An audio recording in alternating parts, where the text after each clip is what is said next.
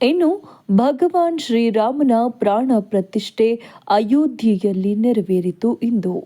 ಇದನ್ನ ಕೋಟ್ಯಂತರ ಜನ ಹಿಂದೂಗಳು ಕಣ್ತುಂಬಿಕೊಂಡರು.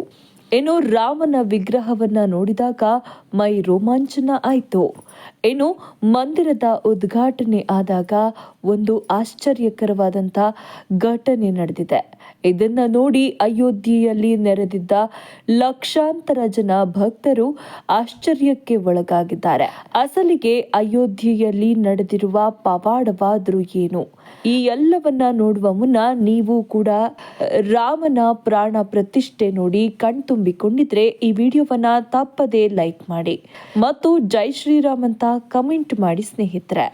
500 ವರ್ಷಗಳಿಂದ ಹಿಂದೂಗಳು ರಾಮನ ದೇವಸ್ಥಾನವನ್ನ ಅಯೋಧ್ಯೆಯಲ್ಲಿ ಕಟ್ಟಬೇಕು ಅಂತ ಕನಸು ಕಾಣುತ್ತಲೇ ಬಂದಿದ್ರು. ಆದರೆ ಈಗ ಆ ಕನಸು ನನಸಾಗಿದೆ. ದೇಶದ ಪ್ರಧಾನಿ ನರೇಂದ್ರ ಮೋದಿ ಅವರಿಂದಲೇ ಈ ಕಾರ್ಯ ನೆರವೇರಿಸಿದ್ದಾರೆ. ಇನ್ನು ಈ ಕಾರ್ಯಕ್ರಮವನ್ನ ನೋಡೋಕೆ ದೇಶದ ಅನೇಕ ವಿವಿಐಪಿಗಳು, ರಾಜಕಾರಣಿಗಳು, ಸಾಧು ಸಂತರು ಎಲ್ಲರೂ ಕೂಡ ನೆರೆದಿದ್ರು. ಇನ್ನು ಇದೇ ಸಂದರ್ಭದಲ್ಲಿ ಅಯೋಧ್ಯೆಯಲ್ಲಿ ದೊಡ್ಡ ಪವಾಡವೇ ನಡೆದಿದೆ. ಅದೇನೆಂದ್ರೆ ಶ್ರೀರಾಮನ ದರ್ಶನ ಪಡೆಯಲು ಸಾವಿರಾರು ಸಂಖ್ಯೆಯಲ್ಲಿ ರಣಹದ್ದುಗಳು ಮತ್ತು ಸಾವಿರಾರು ಸಂಖ್ಯೆಯಲ್ಲಿ ಕೋತಿಗಳು ದೇವಸ್ಥಾನದ ಬಳಿ ಬಂದು ನೆರೆದಿದ್ದವು.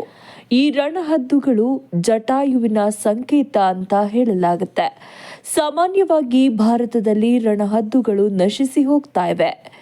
ಎಲ್ಲೂ ಕೂಡ ಈಗ ರಣಹದ್ದುಗಳು ಕಾಣಸಿಗೋದಿಲ್ಲ. ಆದರೆ ಅಯೋಧ್ಯೆಯಲ್ಲಿ ಒಮ್ಮೆಲೆ ಮಾತ್ರಕ್ಕೆ ಇಷ್ಟೊಂದು ರಣಹದ್ದುಗಳು ಕಾಣಿಸಿಕೊಂಡಿರೋದು ವಿಜ್ಞಾನಿಗಳಿಗೂ ಕೂಡ ಆಶ್ಚರ್ಯವನ್ನ ಉಂಟು ಮಾಡಿದೆ.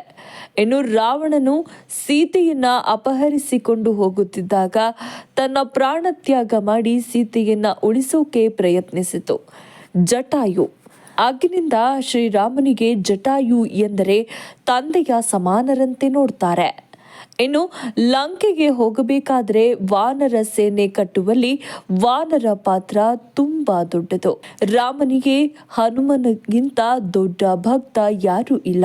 ಹನುಮಂತನ ಸ್ವರೂಪವಾದ ಕೋತಿಗಳು ಸಾವಿರಾರು ಸಂಖ್ಯೆಯಲ್ಲಿ ಅಯೋಧ್ಯೆಗೆ ಇಂದು ಬಂದು ಸೇರಿದವು. ಅವುಗಳಿಂದ ನೋಡಿ ರಾಮನ ಪ್ರತಿಷ್ಠಾಪನೆ ಕಣ್ತುಂಬಿಕೊಳ್ಳಲು ವಾನರ ಸೇನೆ ಬಂದಿದೆ ಎಂದು ಸಾಧು ಸಂತರು ತಿಳಿಸಿದ್ದಾರೆ. ಎಂದೋ ನಡೆಯಬೇಕಿದ್ದ ಈ ಕಾರ್ಯಕ್ರಮ ಇಂದು ಮೋದಿಜಿ ಅವರ ಕೈಯಲ್ಲಿ ನಡೆದಿದ್ದು ಬಹಳ ಸಂತಸವನ್ನ ಉಂಟು ಮಾಡಿದೆ.